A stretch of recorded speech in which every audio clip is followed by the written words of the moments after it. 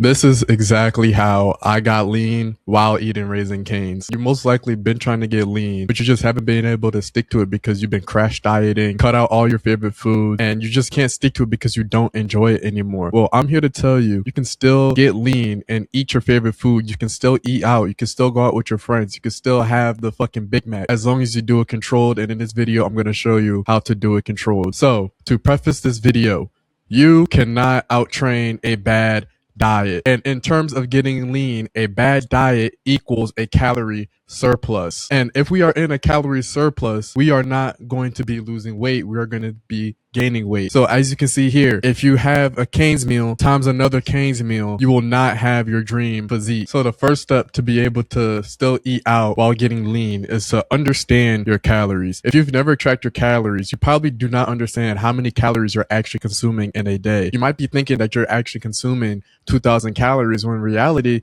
you're actually consuming in a surplus at like 3,200 calories. You might think you're only eating 2,000 calories, but then you have a couple teaspoons of peanut butter. Boom, that's 800 calories right there. Boom, now your girl wants to go get a sweet treat. So now you're eating an 800 calorie dessert. Boom, now you're at 3,200 calories for the day after thinking you only ate 2,000 calories. So it's important that you know your body. So you need to go to TDEE calculator and put in your information to calculate how many calories that you need to eat to be in a deficit to lose weight. And then after that, you need to download a calorie tracking app like MyFitnessPal or CalAI. I prefer CalAI. I don't know why I didn't put it here. And you need to put the fork down. You need to track your calories. You need to see how many calories you're actually eating in a day. And you only need to do this for 2 weeks to really understand how many calories are in the foods that you are eating. After you're done with those 2 weeks, that then allows you to understand the playing room you have with your calories. But if you've never tracked your calories before, you cannot expect yourself to stay disciplined when it comes to eating out while you're still on the cut trying to get lean. Next, you need to change your mindset towards food. You need to change your relationship with food. You need to understand that food is simply fuel. Food is simply meant to give you energy to get through your day, to get through your workouts, to get through your cardio. That's all food is for. You have to be able to find that middle ground with food where you can still eat the stuff that you enjoy, but you're eating it for fuel. Cane's, McDonald's, all this fast food, it's not fuel for your body. You do not feel full. You cannot work out off of eating Cane's or McDonald's. You cannot do that. So you need to find that gray area with healthy whole foods,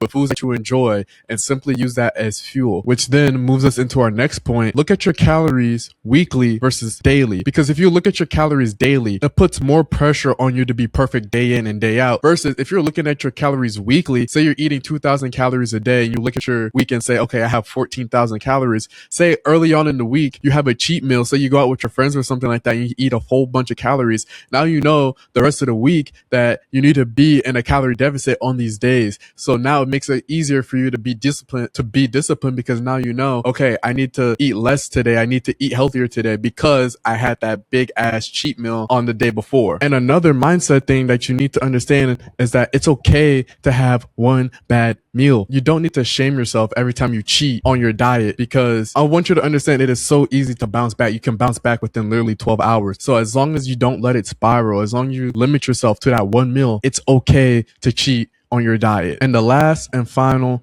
thing, create your deficit. I cannot stress this enough. It will make your life so much easier if you simply create your deficit, because then that means you can eat more food and still be in a deficit. Calories in, calories out. Calories in, calories out. To get lean, you need to burn more calories than you consume. You can create your deficit by simply going on a 1 hour walk a day, playing your favorite sport, walking 30 minutes on the incline on the treadmill. Creating your deficit is real easy, and it gives you more wiggle room for you to be able to go out and enjoy foods and still eat the foods that you want to eat while still getting lean. I hope you guys enjoyed this video. If you have any questions, be sure to leave them down below. Like, subscribe. See you.